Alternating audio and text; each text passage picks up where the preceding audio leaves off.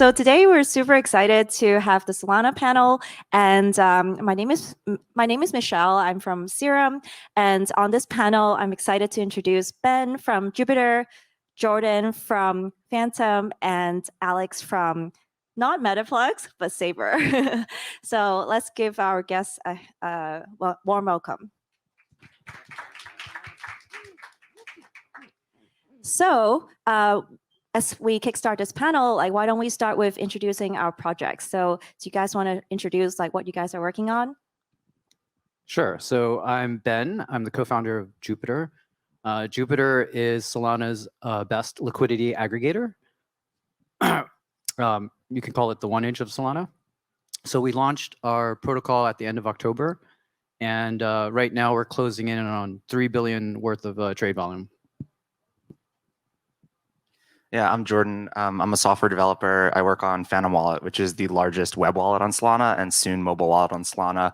We have over 1 million monthly active users.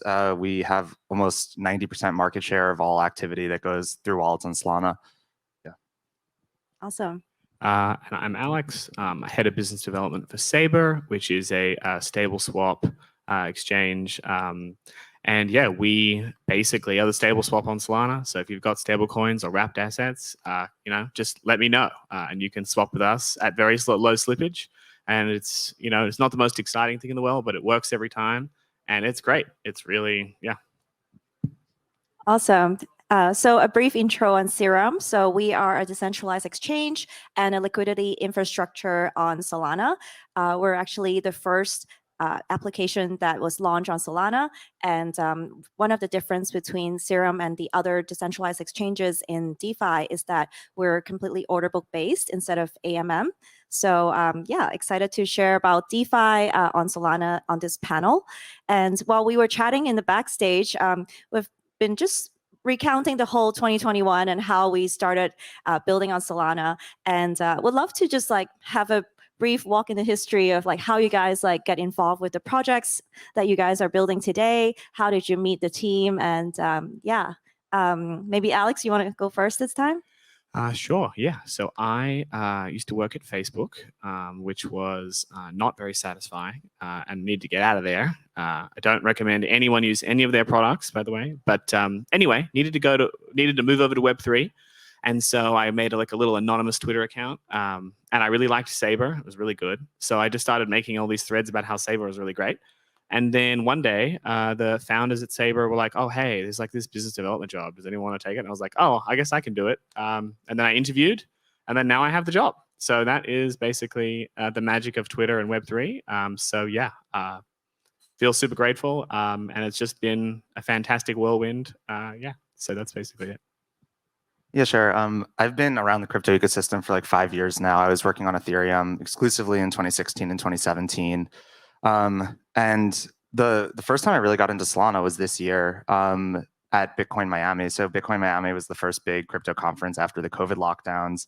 And when I had met up with all these old people from Ethereum in 2016, 2017, I was really surprised by how many of them were actually building on Solana now.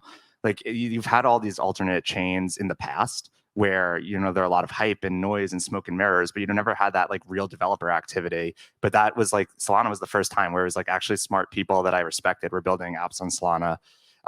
And yeah, I just I met the Phantom founders recently after that, and I was just really impressed by their vision for actually making a web wallet with really good UX that cared about product experience, building out all the infrastructure that had just not been built out on MetaMask and other Ethereum-based wallets, and actually building not only a Solana wallet but a multi-chain wallet that everyone could use and bring the next billion users into crypto. So I joined the team shortly after that, and it's been a wild ride over the last 5 months. Yeah, so I can echo that. I've had a crazy wild ride. Solana, I joined Solana or started working in Solana around end of May. And I feel 5 years have passed. So, so the other how I got into it is pretty, I guess, a simple story. So all the core team members are friends of mine, and we're all old school startup guys. We've all run a bunch of startups before. Some of them got acquired. And then we saw what was going on with Solana and a lot of the momentum. And wanted to give it a shot. Yeah, I definitely resonate with so many of these stories. So one of the things that is like the power of Twitter, right? Like we can, tweet at any, like put out our thoughts and share our passion on certain projects. And, the beauty of Twitter is that you can discover different tweets and actually connect with so many different people. So before joining Serum, I was at another DeFi protocol called Perpetual, and also kind of got introduced through Twitter as well, like ages ago. And similar to Jordan, I actually first discovered and started talking to the Solana teams building on Solana in the Bitcoin conference back in Miami earlier this year, which feels so long ago. And it really piqued my interest. And I came from a TradFi background and connected with people that also like worked in like TradFi investment banks, and they're like building things on this thing called Solana. And I was like, wow, that's fascinating. So yeah, a few months later, I joined Serum, and so yeah, would love to dive in a bit more about like building on Solana, right? So Ben, you meet your co-founders, and want to hear more about how you guys decide to build on Solana versus other chains, or how did you guys like decide to build, in particular, like Jupiter on Solana? Yeah, so I mean, I feel like a lot of people say the same things. Solana is very fast, the low gas fees. I think that actually creates a great ground for a liquidity aggregator, because a lot of the routing that you can do, the costs for doing these amazing routes are super low, right? And then I think the other thing that's like the third aspect that makes it pretty interesting is that the ecosystem, like a lot of the projects, teams, the developers are really helpful. I feel like there are a lot of other chains where competition is a little too snipey, maybe.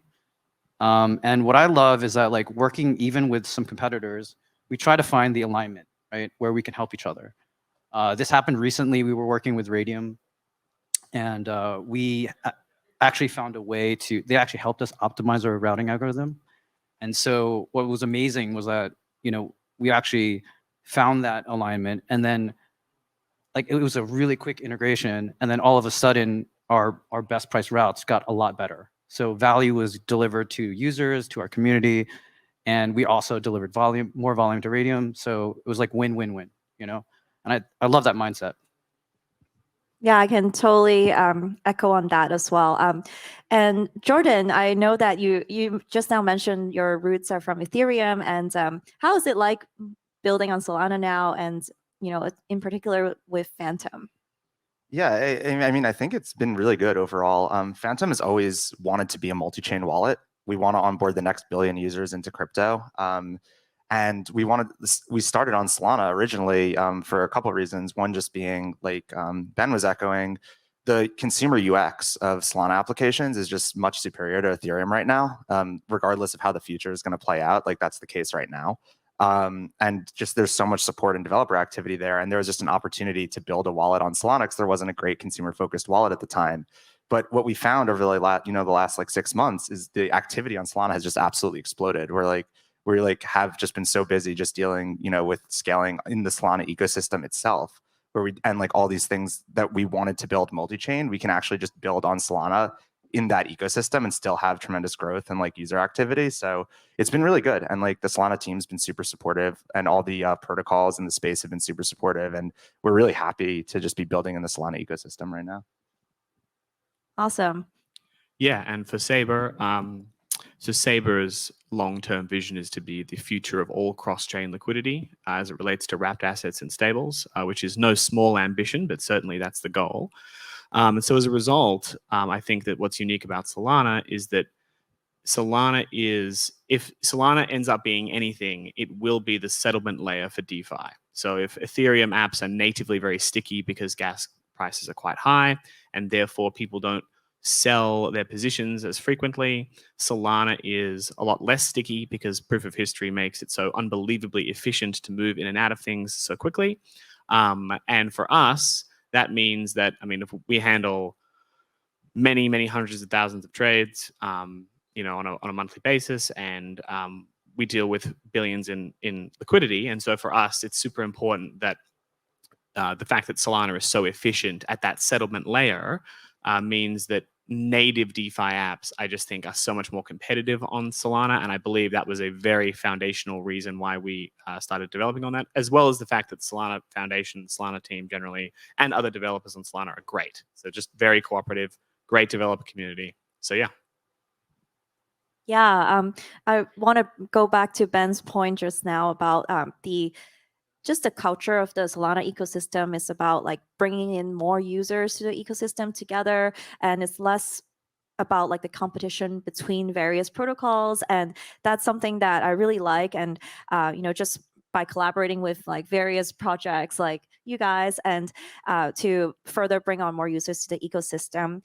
With Serum, our founding story was actually when the team was thinking about like, how do we bring a decentralized exchange experience onto decentralized to the blockchain world, and thinking about how to replicate the order book system to decentralized manner. And while choosing different blockchains, Solana was actually the only chain that the people thinking about building out Serum can suit find out that it can suit the demands of a centralized exchange experience. So Solana is very special in this case with the speed and the low cost, and enabling these type of transaction to go through. I want to continue the conversation on the Solana ecosystem, and what are some unexpected things that you guys encounter while building in the Solana ecosystem? Sure. I mean, the thing that's been surprising to me is just how fast it's grown and blown up. Like Phantom, we were thinking about scoping out all of our multi-chain experience, and just the last 5 months have been absolutely insane, just in terms of the ecosystem projects, the amount of money that's come into the space, the amount of user demand, the amount of like user retention, because the consumer UX of all these DeFi protocols are really, really good. The growth of the NFT markets, like the entire ecosystem is just blown up so fast that it's like, yeah, it's just like everyone in the ecosystem is just like getting kind of dragged along right now. And like Ethereum definitely did not have that experience. It's more of like a multi-year process. I guess maybe to echo that a little bit, like I don't think we realize the impact of the low gas fees has unlocked so much engagement, so much volume, and so much stickiness. So I mean, I think that's part and parcel why our growth has been so big in the last 2 months. And maybe just the only other thing is that because Solana is so much newer, there are a lot of primitives that aren't built out yet. And so one of the things that I know Dylan and Ian have done is that they've set up a sort of an organization called Ship Capital, which is separate to Saber. But effectively, if you want to build something on Solana, they will help you incubate it, plan and strategize with you, and basically help you build it, because we want not just to contribute to Saber, but we want to make sure, I mean, and this is very much the culture of Solana developers generally, which is that they want to help as much as they can. So we actually are trying to help as many teams as possible build as much as they can, especially when it comes to like hardware and infrastructure and things like that. So just the collaboration culture is fantastic. Yeah, to me, one of the most special things about the Solana ecosystem is that how integrated and also how active people like to meet up in person as well. So yeah, we were in the Lisbon conference, and then in Miami a couple of weeks ago, there was like Hacker House that happened, and really getting like new developers like building on the ecosystem as well. And developers in existing projects in the ecosystem also help out, like guiding them through it. So definitely see a very collaborative environment there. So looking back 2021, so it seems like a lot of us like started just a few months ago, or even for Alex, like less than a month ago at Saber. So what are some of the most exciting and your favorite releases in 2021 for your respective projects? So we just did a recent announcement with DeFi Land. So DeFi Land is sort of like Farmville for DeFi. And so they have just integrated Jupiter. So now that through the game, you can access all of Solana's liquidity with the best prices. And then, well, I don't know, we're going to be announcing this pretty soon, but we're actually going to be launching an SDK so that anyone can actually integrate Jupiter in their DAO. Awesome. Yeah. We're really excited that our mobile app is finally out on test flight and will be out, to a larger audience in a month. It's become like a meme on Twitter, like when mobile, whenever anyone talks about Phantom. So that's going to be it's going to be huge for the ecosystem, I think, when that comes out.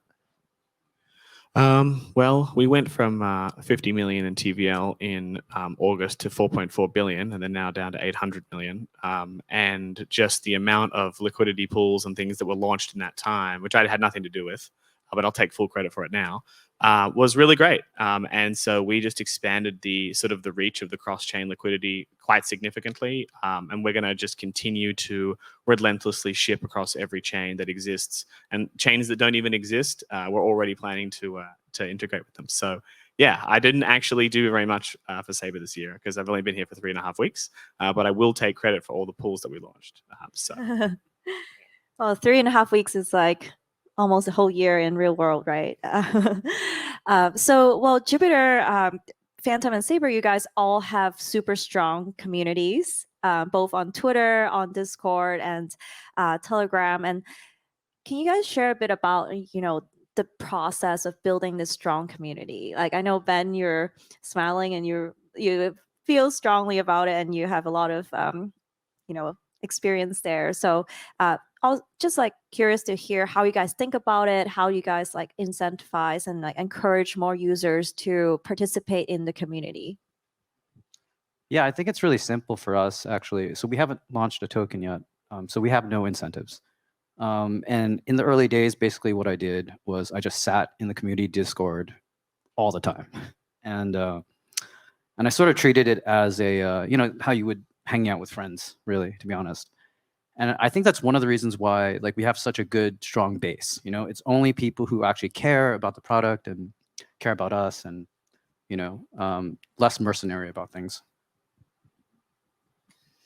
Yeah, like we've been really fortunate, I think, that users just really like our product. Like they like having a web wallet that, feels simple and natural to use. Some of that is just Solana's, parameters, and some of that is just like the hard work we've put in, and that's been really good. I think like going forward though, we really we want to kind of take the next step with community development, where it's not just about like maintaining a Discord server or something. It's really like organizing IRL events. I think that's really important. I think the Solana ecosystem's taken that on like in full force, which has been really good. We've done some things in New York already where we just, like have some swag to give away, and we'll just try to rally anyone that's interested to like come meet the team and things like that. We want to provide like funding for any project in the ecosystem that could potentially integrate with Phantom or get more growth on the Solana ecosystem, and like work with like different, game developers to integrate the wallet natively into their games to make the experience more seamless. So like actually like being really focused on one, just like providing good support and resources to any developer that is going to help us grow, because like wallets very much sit at like a crossroads of the ecosystem where everyone needs to integrate with them in some way. So anything in the ecosystem that's, doing some integration or something novel or something good for the ecosystem is something we want to be there, where like we can actually know the people there and like support them in whatever they need. So I think we want to be a lot more intentional about that this year. And in terms of our community, we actually, so when you deposit liquidity into Saber, you get a Saber LP token, which is essentially a token that represents your underlying contribution to Saber. So let's say you USDC, USDT, and then you get a LP token for depositing. What's really interesting about this is that this is a naturally inflation resistant token, because basically it's based on underlying assets that are pegged to the US dollar, and obviously concerns about the US dollar aside for a moment. That means that we have this unbelievably passionate community in Turkey, Japan, Venezuela, all these countries with very, very high, Lebanon, very, very high notional inflation. We have this unbelievably passionate community of people who effectively are able to minimize their exposure to inflation by holding Saber LP tokens. So I'm super passionate about that, and just the Saber LP tokens, and have to give full props to Phantom. We have many Saber LP tokens because we have many pools of liquidity. And Phantom actually recently, if you type in Saber to your Phantom wallet, you can see every single one and all of the little custom designs that we do and all little things. But yeah, so we have this passionate, amazing community that's able to beat inflation with our products, and so that's just, it drives us and it drives them, and it's a beautiful thing. So Wow, definitely learned something new today that like these countries are like just gravitating towards this product and serve a natural need for them. And yeah, I think definitely like solving a real need and like solving a real problem is like kind of the core ingredient of having our users come onto the product first. And I love that you're like Ben, you spend time on the Discord and really like it's like being a co-founder, like part of it is understanding the users, right? Like very intimately, very like walk a mile in their shoes and like understand what their pain points are. And I think it's magical when I hop on a Discord and like, wow, like the co-founder is answering my question. And like I just feel so special. And it increased the stickiness of the community. And then people talk about it with their friends. And oh, I was hanging out on this Discord and like, oh my gosh, like the co-founder is like talking to me and like implementing these changes. So I think it's the benefit of building in an early ecosystem and like, you know, seeing a project from start to now. Let's see. Is there any other like projects inside Solana or beyond that you've seen like really cool initiatives that they use to build communities?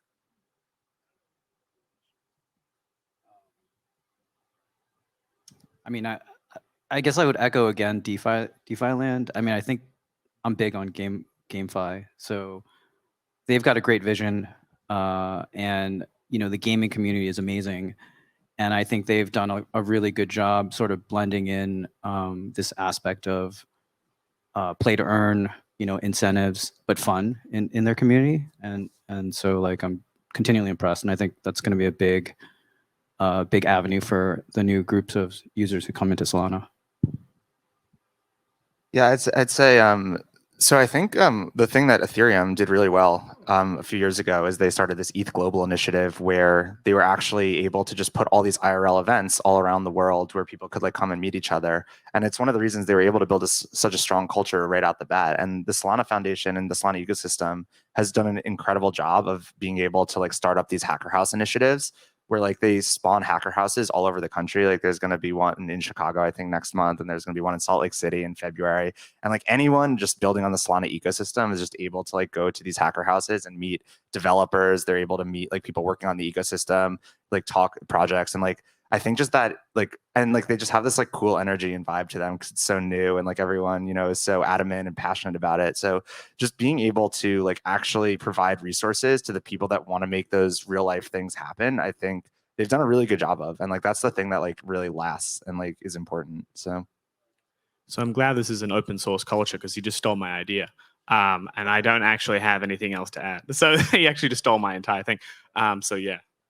I also love the IRL elements of like building on DeFi where, you know, we're all remote, you know, with like working with people different all over the world for our own teams, and being able to have the excuse to like, you know, do this in person and also do the hacker house and like an excuse to like travel to another city in the world to like work together, and super cool, and like definitely building memories with like, you know, both our own teammates and also like other people in the ecosystem.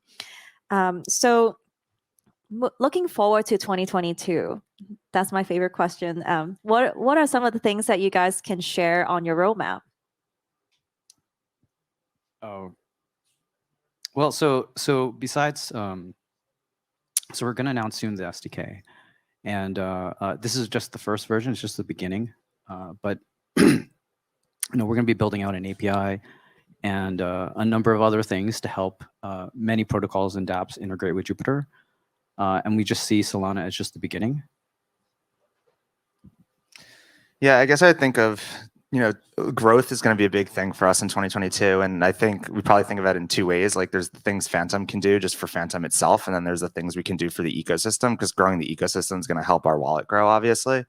So like, yeah, just like there's like product development things we can do, like better internationalization, shipping an Android app in addition to the iOS app, you know, things like that that just, you know, make our app more global. And then the things I'm really excited about are the things like for the ecosystem themselves. And just there's things about Solana that like allow you to build these things for dApp developers that have just never existed before. Like even, really robust ways to send notifications where like when a certain event happens on a dApp, you can get that notification directly in your wallet, even if you don't have any information about the wallet except the address itself. And like building out, or like either building ourselves or funding or just finding ways to support people that want to build these like ecosystem-wide infrastructure projects, I think we're really excited about because we have a lot of initiatives that we're interested in, like even just solving like dApp discovery and like getting like a dApp store like on your wallet where like people can know what to do with their Solana, finding like better ways to get Solana in your wallet from day one, where like, or just like bridges where like you can get your assets on other chains onto Solana.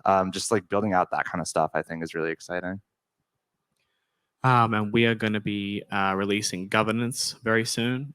So when governance is released, we will then have things like weighted pools where you can essentially you can stake your Saber for 4 years, 2 years, 1 year, etc. And then you can have your V Saber, and your V Saber sort of much in the same function of Curve.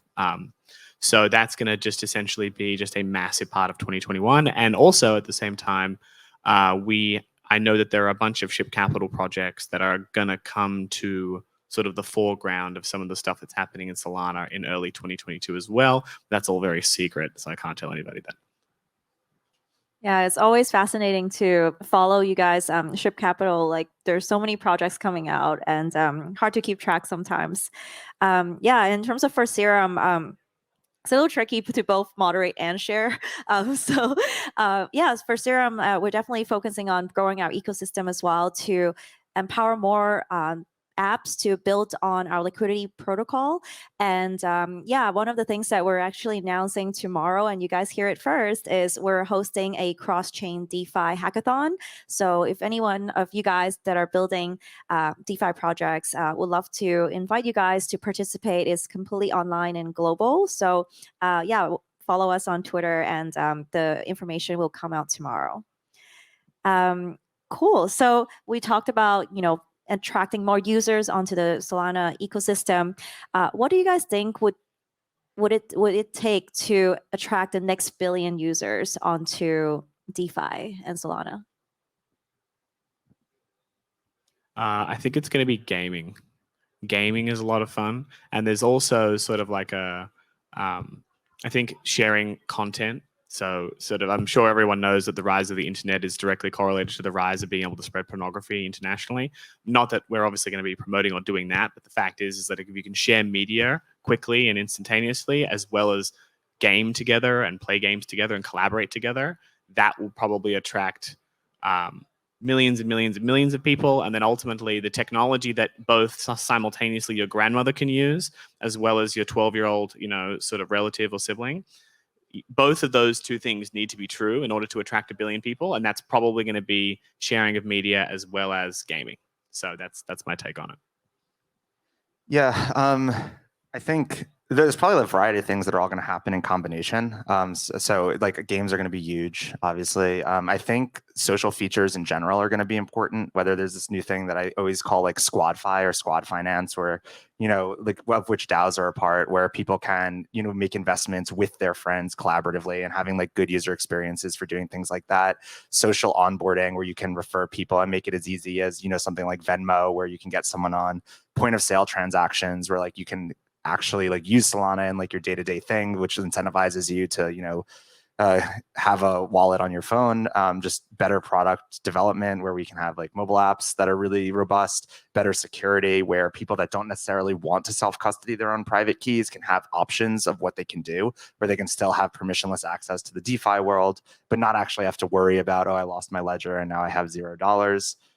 Just, solving all these things in tandem, I think are just continuing to spread the gospel, so to speak, of this is the Web3 ethos, this is who we are, this is why we're doing this, and just reach more and more people to kind of have these ideas hopefully resonate with them and just build, great experiences that aren't possible in Web2 right now. Yeah, I guess I feel like for the next wave, crypto almost feels like it becomes more invisible, and it's like an infrastructure layer on top of like very user-friendly, accessible experiences that people are very familiar with. But I also wonder, like, there's this wonderful, innovative, interesting aspect about the culture, and how do you preserve that, along with growing? So Yeah, I love that. So many project ideas that are mentioned just now for those who are taking notes. And then for the verticals that you guys are built in, and when you guys look at DeFi, trends and innovations that's happening, what are some of the trends that you're excited about? I actually think wallets are going to eat up a lot of a lot of the world because they're the main interface for a lot of people. I think it's an interesting question though. So like it's possible that it goes that way, where you have things just like you have dexes and you have aggregators on dexes, and then you have wallets, and these things just become API that just end at the wallet. But it's also interesting to see all these dexes and aggregators like that launch their own tokens and build their own communities, where it's like their brand and product like are in the forefront, and they're not necessarily just abstracted into like some SaaS service. So yeah, it's interesting because like in the Web3 world, like these things that would just be like consumer APIs and Web2 like have cultures and communities around them. So like I think it's like not necessarily the case that everything will end up in a wallet, but it's like one riff on it. And yeah. I was just going to say that in terms of trends that we're watching for, I mean, ultimately, we want to capture as much stablecoin growth as possible, and stablecoin growth is just massive. And it's massive for a variety of different reasons, but ultimately, Saber can grow as big as stablecoins can be minted, and that just means that I just feel like long-term stablecoin issuance will probably be one of the biggest parts of DeFi that is sort of not super exciting because it's like pegged. So it's like, it's not DeFi land, it's not like gaming, it's not anything like that, but stablecoin issuance that's reliable and algorithmic and, maybe partially algorithmic, maybe not. Long-term, I think that's going to be a trend that people don't even really see. And then one day it'll be 1 trillion, 2 trillion, 5 trillion, 10 trillion stable coins, and it'll change the game. I was going to just add, like the thing about DeFi I'm really excited about is just how to get more people to just like have that core realization that you are providing your own liquidity to the financial system instead of going through a middleman. And because of that, the returns are just much higher than you have access to. And like, I think people like might be relatively aware that's a thing, but they don't really know it and see it until they actually use it. And I'm really excited for more people to have that realization of that, yeah, actually by, lending to a lending protocol on a, blockchain, you actually do get high returns and have full custody of your assets at any given time and can, withdraw it whenever you want. Like that's a really powerful thing that's kind of been unlocked in like the last couple of years. And I really want that to be like just spread wider, and even like TradFi products, like being able to access those returns and present them to users, I think will be really interesting. Curious, like, do you think it's a marketing problem or like a user experience, like onboarding problem that, people more that prevent people from understanding this benefit? I think it's definitely a user experience problem, and it's also scary. There's like there's a lot you have to know to do DeFi properly right now. Like you have to avoid, MEV on Ethereum and like arbitrage and security risks and rug pulls, and it's just like there's so much to parse that it's like for advanced players only in a way, and just making it so that the things that are amazing about DeFi are not for advanced players only, but they're for everyone, I think will be a huge like win for like the marketing of crypto in general. Totally. Do you have? Oh yeah, I mean, I was just going to say that I think education is going to be key. I think in some ways I feel like we've done a great job marketing, just in presenting attractive APYs, and then I've seen a lot of people who don't really know DeFi like just ape in, and it's a little bit shocking like how much they don't know, and where like they can get wrecked really easily, even with stable AMMs or being a stable LP. There are some cases where if you don't know what you're doing, you can get hurt. So Yeah, totally. Like creating better content, like tutorials, and like having more ways to guide the user through like understanding their risk, and also like just managing their portfolio better that way. It's definitely really crucial, and like help them like stay in the ecosystem as well, not like lose everything or like have like unnecessary risks there. So yeah, do you guys have any advice for builders that are looking to build in the Solana ecosystem? Get on Twitter and message me, and we'll help you build it. Like that's What's your handle? Alex Coffman, COFFMAN SOL. and I'll just introduce you to the ship capital, to my team, and then we'll just go from there. Love it. I think Solana is a good place to be right now. There's a lot of upside. There's a lot of stuff that needs to get built, and a lot of people ready, willing, and able to help you and support you if you want to. Learn Rust, I guess. It's kind of a meme. When there was the Masari conference a couple of months ago, and there were literally people walking around, but instead of their name tag, it said, "I really need Rust developers." So I've never seen like a programming language just like catch on that way. So definitely, I would suggest learning Rust if you want to get into Solana. I'm just going to plug Armani because he's done an amazing job with Anchor and the framework. If you're trying to learn Rust, start with Anchor. It will like accelerate you like no one's business. So that's a genius. Yeah, definitely. He has his own fan base for sure.